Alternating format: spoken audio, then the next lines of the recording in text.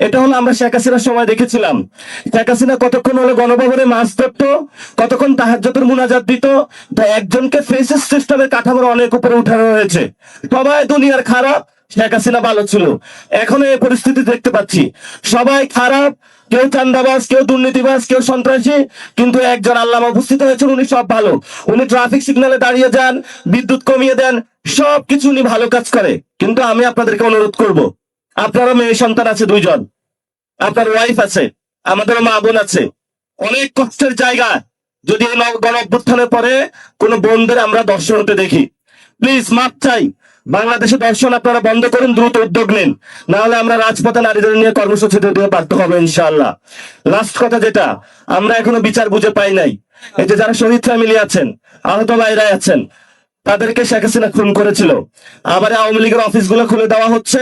এসব ফাইজলামি আপনারা বাংলাদেশে করবেন না। যদি আপনারা ফাইজলামি করতে চান, তাহলে কিভাবে হলো আপনাদেরকে সাইজ করতে হয় সেটাও আমরা জানি।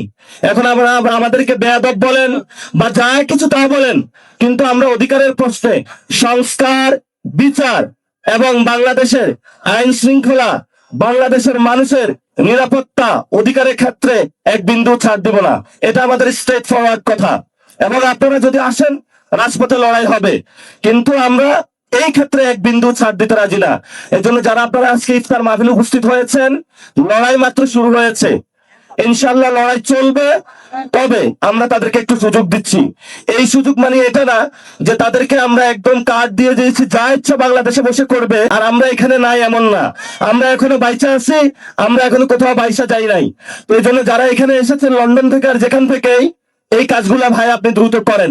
ছোট ভাই হিসাবে আপনার কাছে অনুরোধ করছি, দর্শন বন্ধ করেন, বিচার করেন, রিফর্ম অ্যাসেম্বলি করেন, এরপর আপনি একটু শান্তিতে কাজ করেন। আমি এখানে ইলেকশন করার কথা ছিল, ভাগ্যের পরিক্রমায় ঢাকা 8-এ গিয়েছিলাম।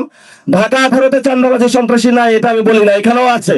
উত্তরখান দক্ষিণখানে অনেক সন্ত্রাসী কার্যক্রম চলেছিল, আমাদের প্রার্থী আরিফুল ইসলাম আদিবের উপরে সেই সময় আক্রমণ চালানো হয়েছিল। আমরা সেই কাহিনীগুলো কিন্তু জানি, কারা করেছিল তারাও জানি। আমরা আপনাদেরকে বলবো হুঁশিয়ার, সাবধান। আর যদি এক পা বাড়ানোর চেষ্টা করেন, তাহলে আমরা আপনাদেরকে মোকাবেলা করতে পারবো। ভোট কিন্তু একদম আকাশ পাতাল বেশি হয় নাই, কাছাকাছি হয়েছে। আমাদেরকে যারা ভোট দিয়েছে তাদের প্রতি আমাদের দায়িত্ববোধ রয়েছে। এই জন্য হলে ধীরে সুস্থে কাজ করবেন, উচ্ছৃঙ্খল ভাবে গাড়ি চালাবেন না। বাংলাদেশের মানুষ ধীরে সুস্থ ভাবে চায়। এই যারা ড্রাইভিং সিটে বসেছে, রেকলেস ড্রাইভার হবেন না। ধন্যবাদ সকলকে, দোয়া করবেন। টাইম না, ইনশাল্লাহ ভবিষ্যতে কথা হবে।